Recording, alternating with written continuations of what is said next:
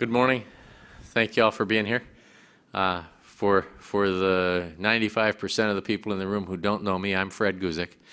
I'm Faculty Senate President, and Faculty Senate sponsors these fora or forums, if you speak Latin or English, depending, you use whichever plural you want. We are very pleased to have had a wonderful forum in Manhattan yesterday, and to have one here in Salina this morning. I really enjoyed the forum yesterday. I was Fred Guzik, Faculty Senate President, at the beginning of the forum, and at the middle I was Fred, and by the end I was that guy in the purple tie over there in the corner. So I thought that was kind of fun. Andy Bennett, the department head from mathematics and the incoming Faculty Senate President, our current Senate President-elect, is here to visit us this morning, which we're pleased to have Andy here. The rest of you probably all know each other, and so let me just introduce President Kirk Schulz. Please welcome President Schulz. We're happy to have him here this morning. Good morning.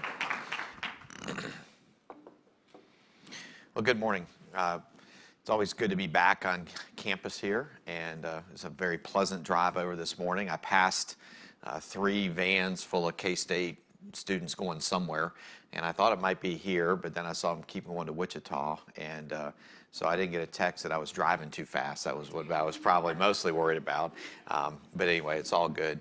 Let me compliment the campus. Over the last couple months, there's been a lot of really positive stories in the news media about the UAS programs, the bulk solids, lots of things happening here.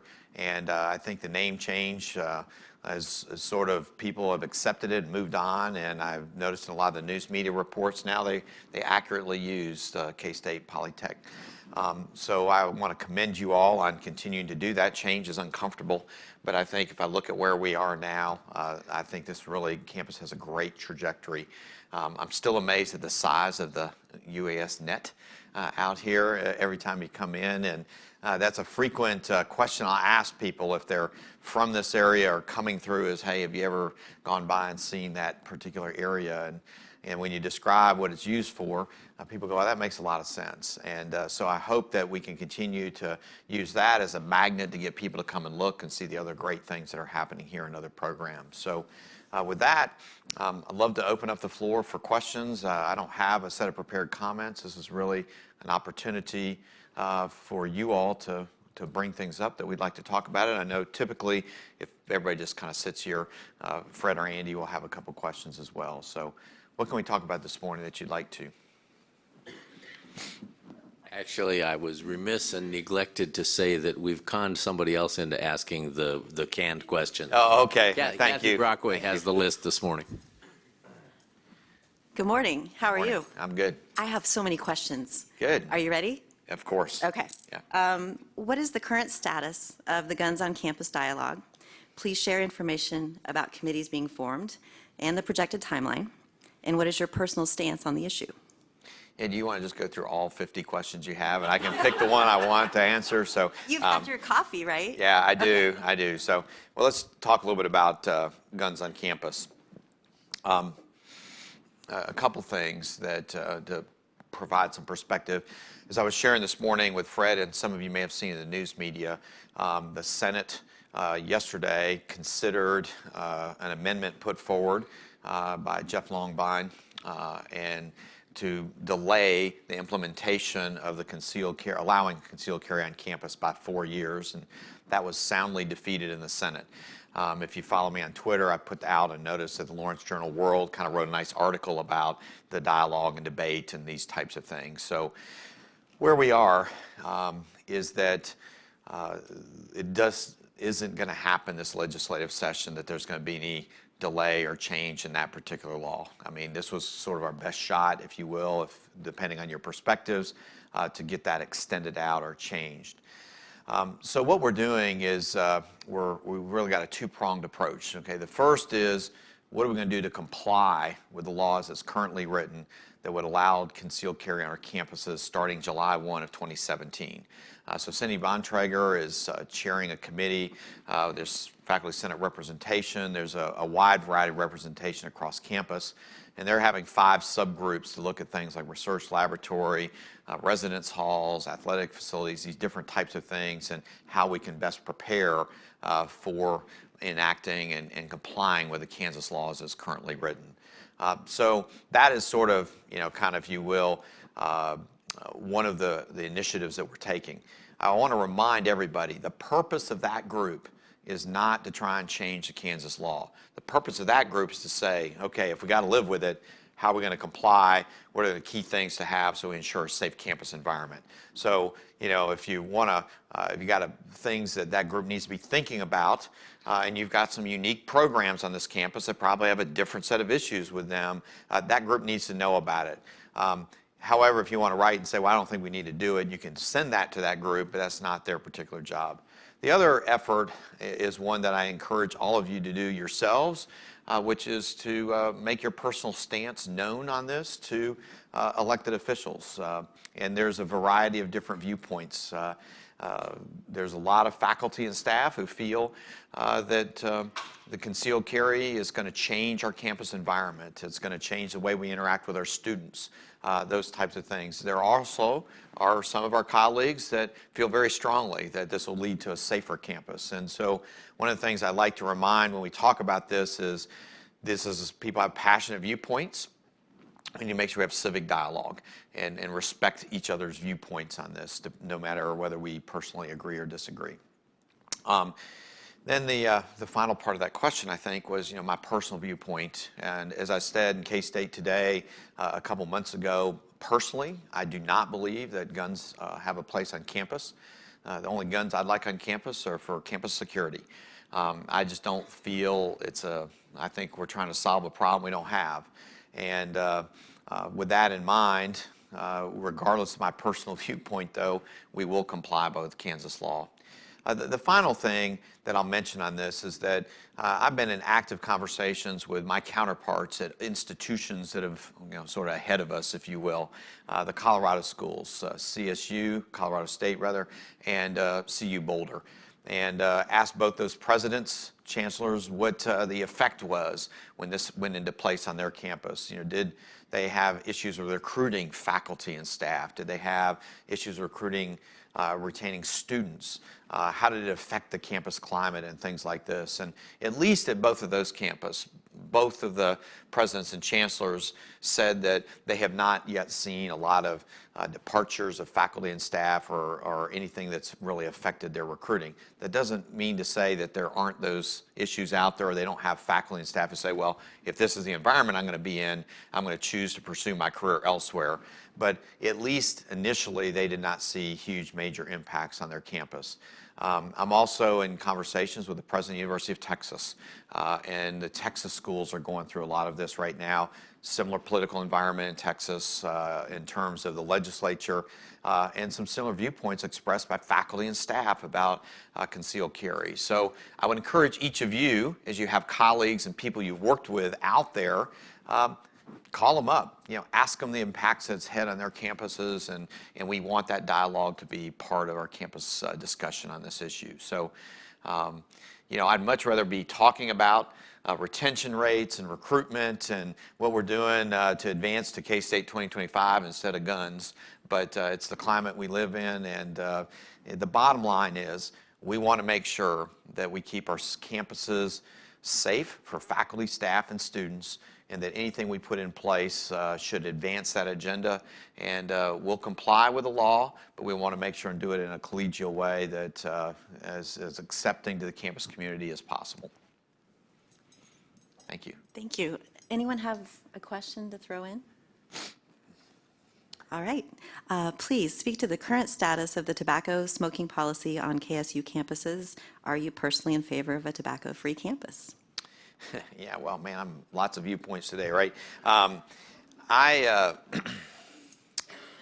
So what I asked was our University Support Staff Senate, our Faculty Senate, and the Student Senate, what's your viewpoints on this particular thing? And I'd like, more than just, some active dialogue and discussion.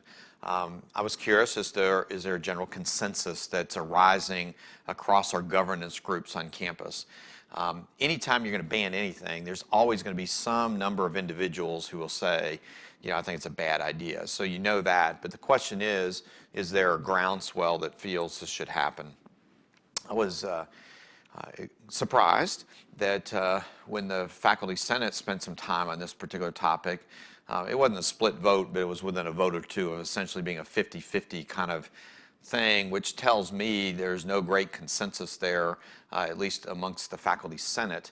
The students are actively discussing this right now, and our university support staff, I don't think, has really taken this up yet, or if they have, I haven't heard the results.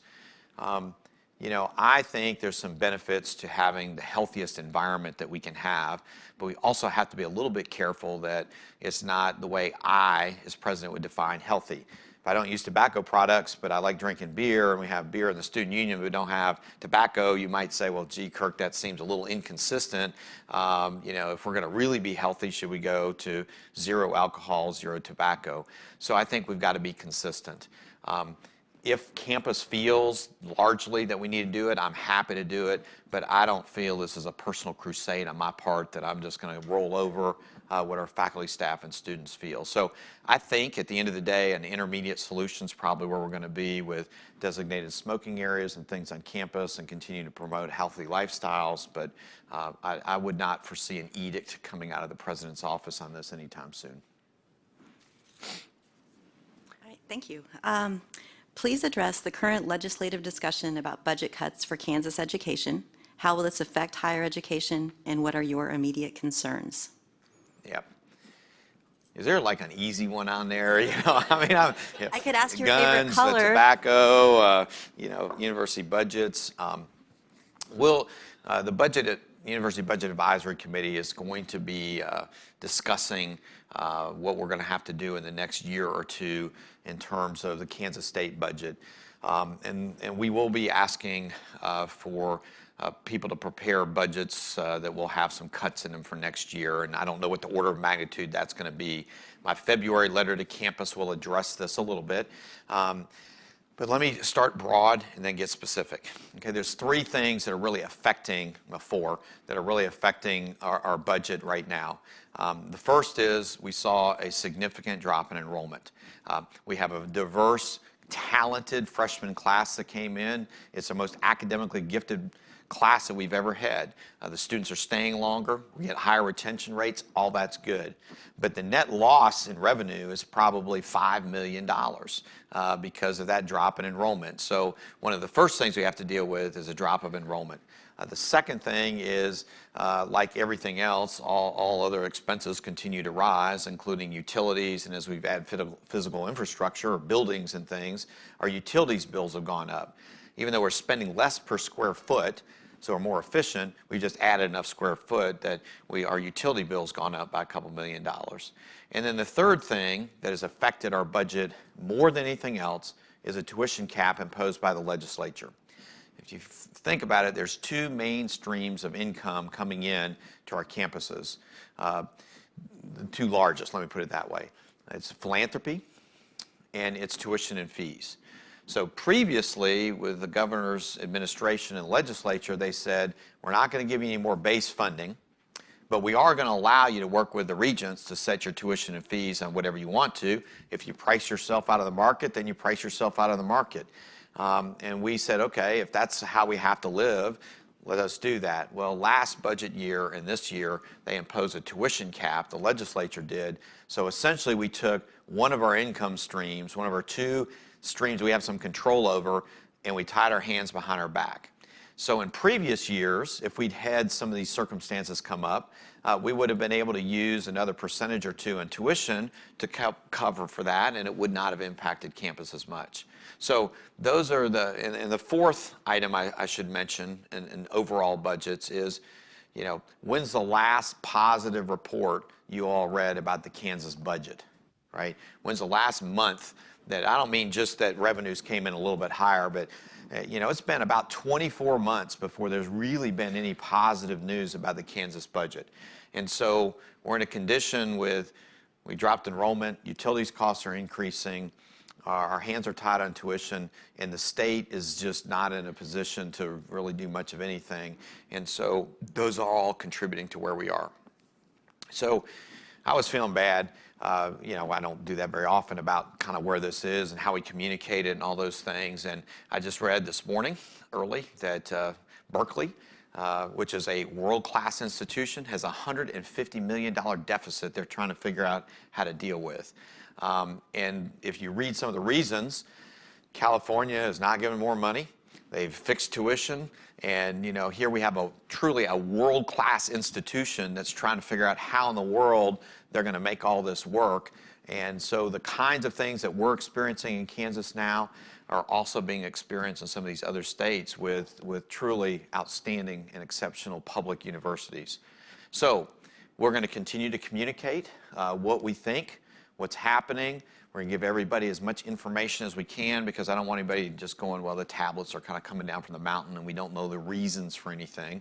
As we work over the next few months on what the budget stuff's going to look like, we're going to have to tell everybody you're going to have to maintain some flexibility because, you know, as we get different information out of Topeka, we'll continue to have to make adjustments. So it's a long answer to what sounds like a really simple question, but the last thing that let me say on this is we started the University Budget Advisory Committee probably 3 years ago with representation from faculty, staff, students, senior administration, so that we took some of the budgetary decision making as opposed to Kirk Schulz, Cindy Bontrager, and April Mason, you know, down in Aggieville over martinis, you know, making budget decisions to at least a broader set of folks. Yeah, the whole martini thing is pretty good anyway, but I think if I look out, though, at other universities, including other ones in the state, we're the only ones I know of that involve faculty and staff and students in helping set budget priorities. And it's not easy. As a matter of fact, service on that committee kind of sucks because you got lots of things we need to do and not enough money to do it. But I think that's the way we got to continue to work, and I think some of these other universities are going to figure out you got to get the right people sitting around the table helping make those decisions. So that's where we are. Anyone have any questions? Okay. In light of discussions about removing tenure from community and technical colleges, what might this mean for universities in the future? If you could have read longer, I could have got more coffee. We talked about this a little bit yesterday and at the Campus Open Forum in Manhattan. Tenure, in my mind, is something that is absolutely critical for us to preserve within higher education for lots and lots of different reasons. And so often, as I mentioned, the reasons that are cited out there have to do with economics. Well, you know, we don't have a way to get rid of faculty. We don't have a way to right-size departments. Just think how efficient you could be as a higher education if you had complete control over where you staff people. You know, these tend to be a lot of the rhetoric around tenure. I look at tenure as this allows you all as faculty to work in scholarship and work in controversial areas that everybody might not think is a great area, but we need high quality work done in that area. You need to have protection, that if you say something unpopular, but it's part of what needs to out there, that you can't simply be removed because you disagree with the mainstream in a particular state or a particular area. I'll use a specific example, climate change. There's a lot of very differing viewpoints in our state on climate change. Our faculty need to be able to say, here's what I think, and here's the data to support that. And even if it goes against the mainstream, that's what I believe tenure's for, and that we must preserve that. I think we have to do a better job, though, of describing it as sort of the leadership of the institution, about that's a good reason, those are the good reasons for tenure, and that we have the ability to do financial flexibility on a lot of other things within a $800 or almost $900 million a year operation. Tenure doesn't prevent us from doing those types of things. So is it going to be an issue? Absolutely. K through 12 has gone through some, I will say, attacks on tenure. The community colleges are currently going through this. And to think that somehow the four-year schools are going to escape unscathed over the next 3 or 4 years, I think is naive. So I think it's important for us now to be talking institutionally about let's have some talking points, so when we get out there and somebody sees you at a cocktail party or a Rotary Club or something, starts mentioning it, that we can put these things, that we don't come across being defensive, but we put things forward that say this is a reason, there's some real benefits to why we have tenure and what it does for us. The final thing I'll say is also I would urge all of you to remind people there are processes in place to remove faculty members who are not performing at a level that they need to. And you know, it doesn't happen very often, mostly because you all work extremely hard. You work a lot of hours and you're very productive. And so, but I like to remind people there is a process for doing that. We don't have to invent that. It's there and it's utilized. And when it's utilized, you know, it's a lot of angst and a lot of difficulty, but it's done in as collegial a way as you can on a difficult decision like that. So anyway, do we need to worry about it? Yes. Let's continue to dialogue and talk about it and make sure that we put our best foot forward on why we think tenure is important to preserve. Thank you. All right, we're 9 years away from 2025. Which of our identified goals seems to be making the most progress? Which ones are you concerned about? Sure. I think we've made the best progress on some of our fundraising type of initiative. Our endowment is double what it was 6, 7 years ago. You don't build endowments off of returns, by the way. It doesn't mean that our returns were a lot better. If you look, the top 100 universities, the returns are incrementally a little different. You build your endowment off of major gifts going into build that up. And so we've gone from, you know, in the high 200 millions-ish to, you know, right at 500 million. I haven't seen what the stock market has done today, so maybe it's a lot less than 500 million. But that's one that I think we have done better than I thought we might, quicker. The area that I think we've really struggled is with graduate students. You know, there's a lot of identified issues with graduate students 7 years ago when I first came to K-State. We made some progress there, but I think if we talk to a lot of our faculty and research folks, they'd say it's pretty incremental what the progress has been made. So that's the area that I think is probably one of the more problematic parts of 2025. You know, and the other part is our faculty and staff area. You know, we made some progress with salaries. Actually, we were making some nice progress for a couple years, and that has ground to a halt because of some of these other budget issues in the state of Kansas and tying our hands. But, you know, that's going to continue to be an issue moving forward for us, and we've got to find a way to have consistent pools of merit dollars to reward high achievement. And you know, those are the areas that I think I would say are the ones that haven't made as much progress as we would like to. I have one. Before we leave this, you know, it's as I've been in higher education and you talk about university leadership, you tend to hear, you know, a couple different things at different universities. Either one is, well, we got all these people who pay all this money, we have no vision, we have no direction, they're just sort of there collecting a paycheck. You know, that's sort of, in a crude way, is sort of one thing you sometimes hear. And a second can be, you know, real visionary and all that stuff, but we're just not making progress to where they need to be. I've always felt it's better to fall in the second category than the first. And so people can go, well, you know, Kirk, you got your head in the sand. K-State 2025, top 50, we're a long ways from it. Are we ever going to get there? I still think if you walk through campuses and you see some of the achievements out there, you look at the quality of our incoming students, you look at the quality of some of our incoming faculty, which are just fantastic, and things like that, and sometimes they mention, hey, they want to come to an aspirational institution. I think we're always better shooting high and having something, even if we don't get there, than this sense of, well, let's just kind of wait and see what happens in the state, and let's see what happens here or there. So, you know, sometimes I think people can look and say, yeah, that's a wonderful aspirational goal, but it's unrealistic. I think it's really important for us to remember that there are some things that we've been able to do that have happened quicker that I think wouldn't have happened without that some of those big donations, $60 million donation, those type of things clearly don't happen if we don't have some aspirational goals. So maybe that's just backtracking like a president would do, but I think it's important to remember which of those buckets to go in. Because I worked for a couple people that went in that first bucket, which you said, where do they want to take the university? You really couldn't answer that question. There was really no answer besides, well, we're just going to incrementally try and do a little different each year. And I think that faculty sometimes feel no long-term direction for the institution. All right, so I'm down to one question. So does anyone else want to jump in? I'm really shocked that you have a question. I mean, R2 to R1. I'm curious, in all of that determination, what impact our campus had on the university's jumping from a Research 2 to a Research 1 classification. Were we a detriment? Were we a help, a hindrance? How did that work?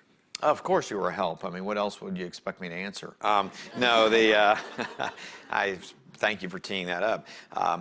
If largely the R2 to R1 is done off two measures, total research volume in terms of expenditures and doctoral student production. I mean, it's not actually a 6-measure type of thing. They really look at really two things. And if you look, when I did our 2025 update, the number of PhD graduates has been steady or up, and our research volume has continued to kind of grow over the last several years. So, you know, it's like a lot of these things. When you get in there, it's great. If you drop out of it, you say, it's not that important. So, but it's a campus-wide. I mean, they didn't look at campus by campus. They just put a big thing and say, how many of each of those? So I think as this campus continues to grow scholarship in areas that make sense for the Polytechnic campus, I think that's the way you can continue to contribute. So thank you. All right, anyone else want to come up and ask a question? Go for it. You got another one. I do. I'm on a roll. Yeah. All right, is the university considering reducing maximum vacation leave payouts from the current 176 hours for terminating employees? I mean, I have absolutely zero idea. I just don't know. I've not been part of that discussion, so I just don't know. But I think I probably would be if we were going to pull back on something like that. So I'm unaware of that. I just don't know. However, what we do on these is anybody asks a question like that, I will make sure we send back something in writing so that we answer that explicitly, even though I don't know what it is now. Okay, great. Yeah. Any other questions? Do you have anything to say to us? Oh, we have another one. I had to ask something. Everybody else is so quiet this morning. That's very unusual for this group. Is there any advice that you can give us besides acting as private citizens to work with our legislators? Is there anything else that we can be doing besides just voicing our opinion?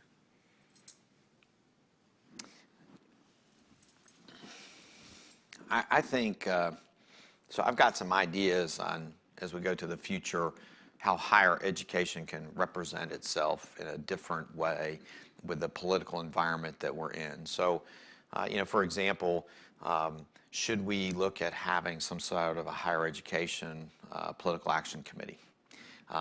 You know, one way to get people's attention is with dollars.